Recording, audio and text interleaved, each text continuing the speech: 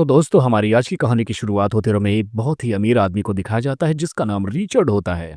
और इस वक्त वो अपनी गर्लफ्रेंड जेनिफर के साथ हेलीकॉप्टर की सवारी करते हुए पूरे वीकेंड की मजे लेने वाला था। और हम जान पाते हैं कि रिचर्ड शादीशुदा होता है, लेकिन वो अपनी दोस्त के साथ अफेयर में होता है। वो जेनिफर को अपने साथ 2 दिनों तक रेगिस्तान में शिकार करने के लिए लेकर आता है। जब वो वहां पर पहुंचता है तो उसका पायलट उसे तोहफे के तौर पर बहुत सारे ड्रग्स देता है। जिसके बाद रिचर्ड जब अंदर जाता है तो वहां पर जेनिफर होती है और यहाँ पर ये दोनों एक रोमांटिक तरीके से इंटीमेट होते हैं। और सुबह होने के बाद जब जेनिफर कॉफी बनाने के लिए जाती है तब उसके घर के सामने कांच के बाहर 2 आदमी जो बंदूक के साथ होते हैं उसके सामने खड़े होते हैं। इस वक्त जेनिफर अपने सामने हथियारबंद लोगों को देखकर डर जाती है। तब रिचर्ड बताता है कि ये दोनों आदमी उसके दोस्त हैं जो शिकार करवाने में उसकी मदद करेंगे। अब जब जेनिफर वहां से चली जाती है तब रिचर्ड अपने दोस्तों से कहता है कि इसके बारे में उसकी वाइफ को नहीं पता चलना चाहिए। जिसके बाद अब रात हो जाती है और ये चारों लोग ड्रिंक करते हैं। और यहाँ पर रिचर्ड का फ्रेंड स्टैनली जो जेनिफर के साथ फ्लर्ट करने लगता है और इस वक्त दूसरा फ्रेंड उसका डेमेट्री उसे घूर रहा होता है। तभी वो रिचर्ड के पास ड्रग्स फेंकते हैं। पूछने के बाद रिचर्ड बताता है कि ये बहुत ही खास तरह का ड्रग्स है जिसे एक आदमी ने एक बार इस्तेमाल किया था तो वो नशे में आकर अपनी पूरा एक पैर खा जाता है। जिसके बाद रिचर्ड वो ड्रग्स जेनिफर को छुपाने के लिए दे देता है। जिसके बाद जेनिफर उसे अपने लॉकेट में छिपा कर रख लेती है।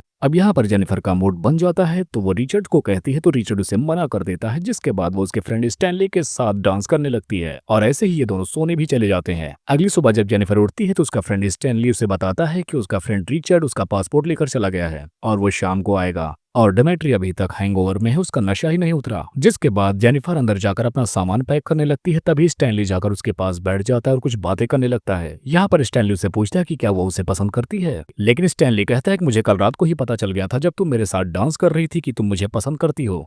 जेनिफर कहती है मैंने तो ऐसे में ही रिचर्ड को चिढ़ाने के लिए तुम्हारे साथ डांस कर लिया था। इस बात को सुनकर वो गुस्सा हो जाता है और उसके साथ जोर जबरदस्ती करने लगता है। तभी वहां पर डेमेट्री भी आ जाता है और इन सबको ऐसे हालात में देखकर बिना कुछ बोले वहां से चला जाता है। और फिर स्टैनली अपना कार्यक्रम जारी रखता है। रिचर्ड जब शाम को वापस आता है तो जेनिफर को रोता हुआ देखता है तो वो उसे चुप करवाता है। जिसके बाद जेनिफर कहती कि उसे घर जाना है, जिस पर रिचर्ड उसे तसल्ली देकर बोलता है कि तुम अभी सो जाओ, कल देखते हैं। अब सुबह होते ही रिचर्ड जेनिफर को आकर जगाता है और कहता है कि कल जो भी हुआ वो भूल जाए क्योंकि उसके अकाउंट में बहुत सारे पैसे रिचर्ड ने डाल दिए हैं और उससे कहता है कि वो उसके अलावा उसके दोस्त को भी माफ कर दे। जिसके बाद जेनिफर उससे हेलीकॉप्टर बुलवाने को कहती है और गुस्से में आकर रिचर्ड को कहती है कि वो ये सब कुछ उसकी वाइफ को बताएगी। जिस पर रिचर्ड भी गुस्सा होकर उसे मार देता है। अब जेनिफर मजबूर होकर वहां से भागने लगती है और वहां से भागते हुए वो एक पहाड़ की चोटी तक पहुंच जाती है। लेकिन तभी रिचर्ड उसका पीछा करते हुए उसके पास तक आकर उसे पहाड़ी से धक्का दे देता है जिसकी वजह से वो नीचे गिर जाती है और मारी जाती है। तभी स्टैनली भी वहां आकर रिचर्ड से बोलता कि आखिर तुमने ये क्या कर दिया। तब रिचर्ड उसे बताता है कि अगर वो जाकर बाहर सच्चाई खोल देती तो हम सारे लोग जेल में चक्की पीसते, इसलिए मुझे मजबूरन उसे मारना पड़ा।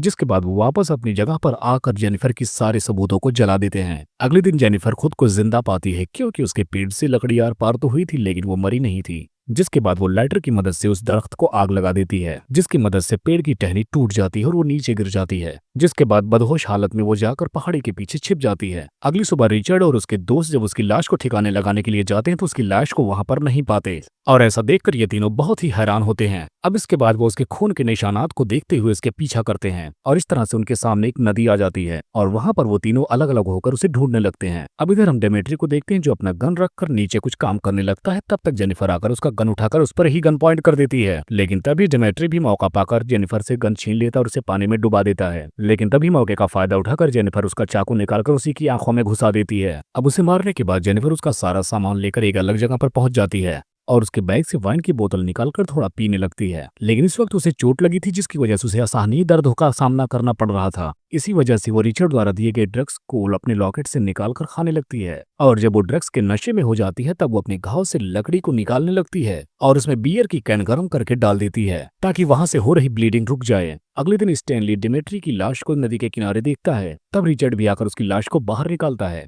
और उसकी बॉडी पर फिर से पत्थर बांधकर उसे नदी में फेंक देता है ताकि वो डूब जाए। तब यहाँ पर रिचर्ड अपने दोस्त स्टैनली को मुक्का मारकर उसका नाक तोड़ देता है क्योंकि उसी की गलती की वजह से इतना सब कुछ हो गया था। अब इधर सुबह होने के बाद हम जेनिफर को देखते हैं जो एक गुफा में रुकी थी। जैसे ही वो बाहर निकलती है तभी उसके सामने रिचर्ड होता है जो उसे गन पॉइंट पर ले लेता है और शूट करके उसका सर ही फोड़ देता है। लेकिन ऐसा होते ही हम देखते हैं जेनिफर की नींद खुलती है, वो सपना देख रही होती है और काफी ज्यादा नशे होने की वजह से वो डिमेट्री को अपने सामने ऐसे पाती है। अब उसे उल्टे सीधे ख्यालात और सपने आने लगते हैं और तभी उसकी आंख खुलती है और वो नशे से बाहर आती है, जिसके बाद वो बाहर आकर दूरबीन से उन पर नजर रखती है। अब रिचर्ड सोचता है कि उसे अलग अलग होकर ढूंढा जाए। अब यहाँ पर जेनिफर उसका गन भी रखी होती है। दूरबीन से देखने के बाद जेनिफर को स्टैनली नजर आता है, जिसके बाद वो उस पर गन पॉइंट कर देती है। अब जेनिफर उस पर गोली चलाती है, लेकिन गोली उसके कंधे पर लगती है, जिसकी वजह से वो वहां से भागने लगता है। अब वो वहां से भागते हुए सीधा एक गुफा की तरफ जाकर छिप जाता है और जेनिफर भी उसका पीछा करते हुए उसकी तरफ आती है। तभी स्टैनली उसके पीछे से आकर गोली मारता है, लेकिन वो जेनिफर के कानों पर लगती है, जिसके बाद वहां से भागने लगती है और कांच के टुकड़ों को जमीन पर गिरा देती है, जो कि पीछा करते वक्त स्टैनली के पांव में घुस जाते हैं। जिसके बाद स्टैनली अपनी कार को स्टार्ट करके जेनिफर को कुचलने के लिए जाता है, लेकिन वो चढ़ा पाता है इससे पहले जेनिफर उसे शूट करके मार देती है और उसकी कार लेकर वो सीधा रिचर्ड के घर पर जाती है। और इस वक्त रिचर्ड पायलट को कॉल करके नहा रहा होता है। तभी वो सामने देखता है कि उसके सामने जेनिफर खड़ी है। तभी जेनिफर गोली चला देती है, जिसके बाद गोली सीधा रिचर्ड के सीने में जाकर घुसती है। अब जेनिफर उसे करीब से मारने के लिए उसके पास जाती है, लेकिन तभी रिचर्ड पकड़कर उसका गला दबा देता है। तभी जेनिफर उसके जख्मों में अपनी उंगलियां घुसा देती है, जिसकी वजह से रिचर्ड उसे छोड़ देता है, लेकिन तब तक जेनिफर गन उठाकर उसे शूट कर देती है और इस तरह से उसका बदला पूरा हो जाता है। जब वो घर से बाहर निकलती है तो उसका पायलट वहां पर आ रहा होता है, लेकिन वो पायलट को भी मारकर हेलीकॉप्टर को अपने कब्जे में लेकर वहां से रवाना हो जाती है।